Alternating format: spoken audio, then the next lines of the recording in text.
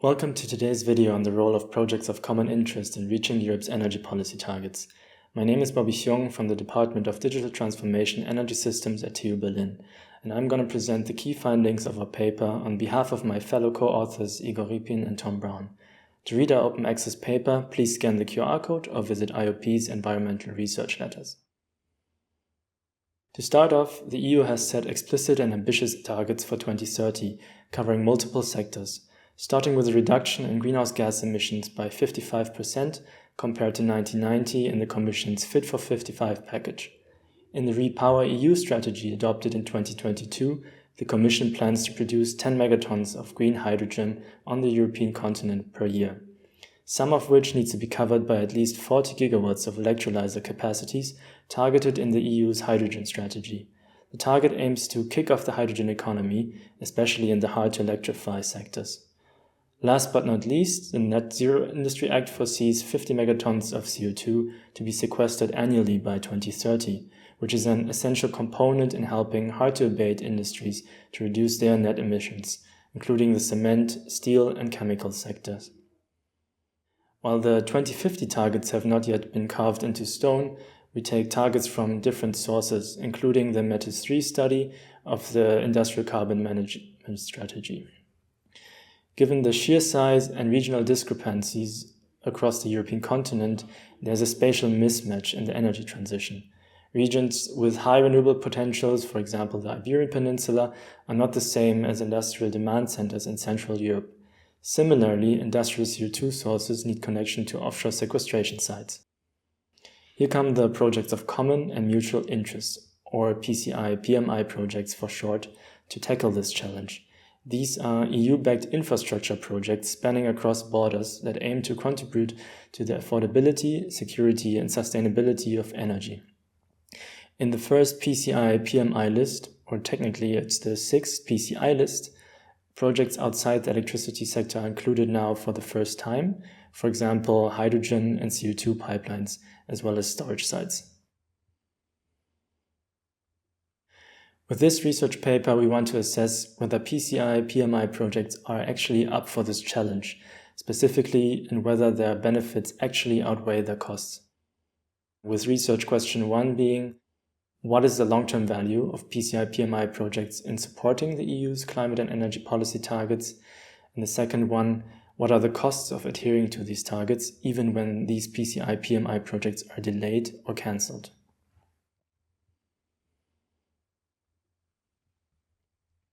To answer these questions, we use the open-source sector-coupled model PIPESA-EUR, which co-optimizes generation, transmission, storage, and power-to-X. We resolve 34 countries of the European continent to 99 regions using NUTS administrative boundaries at 2,190 time steps of a year, translating into roughly 4 hourly time segments on average. We then implement the PCI-PMI hydrogen and CO2 pipelines as well as storages over 5 pathway scenarios. From top to bottom, the level of infrastructure build-out increases, with decentral islands seeing no pipeline development at all. In the PCI scenario, only mandated PCI-PMI pipelines and storage projects are built. In the variations PCI-N and PCI-IN, additional endogenous build-out is enabled within and across national borders, respectively. Finally, a central planning scenario allows for investing into a completely free, basically greenfield topology. To then assess the long-term value of the projects, we optimize myopically over 3 planning horizons, 2030, 40, and 2050.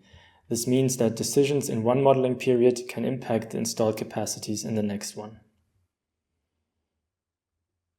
Finally, we perform a regret analysis by evaluating the performance of all planned investments in 3 perturbation scenarios, basically introducing shock events.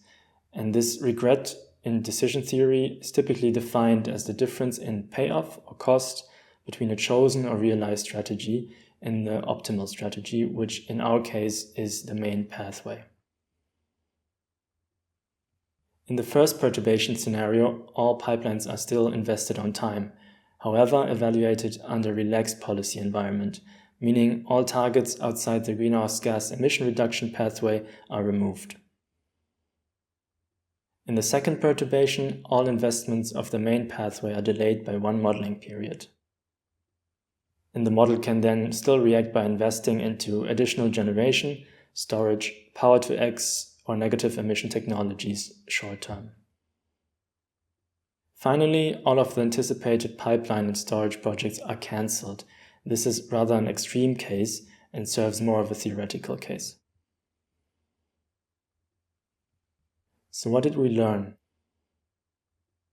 On this map, we see that hydrogen is transported from regions rich in renewables, for example from the Iberian Peninsula or the Nordics to carbon point sources in continental Europe to satisfy the synthetic fuel demand for aviation and industry.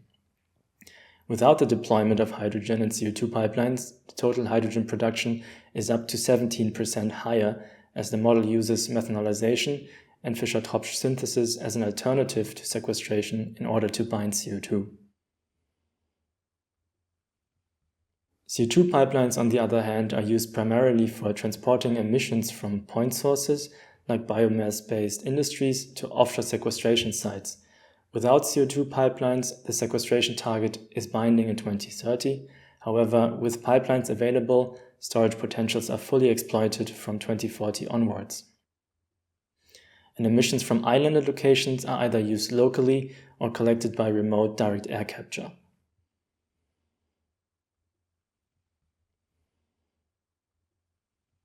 Now, this reliance on direct air capture can be reduced by up to 2 to 4-fold with the deployment of CO2 pipelines.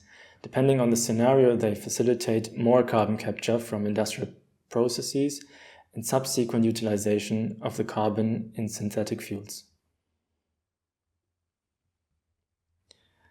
Finally, we calculate the regret matrix by subtracting all perturbation runs from the associated pathway runs.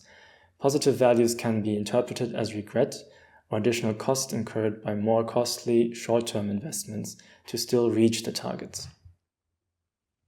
Negative cost deltas in 2030 indicate that the mandated PCI-PMI projects are not needed yet. For reference though, 5 billion euros make up about less than 0.7% of all annual investments over the European continent.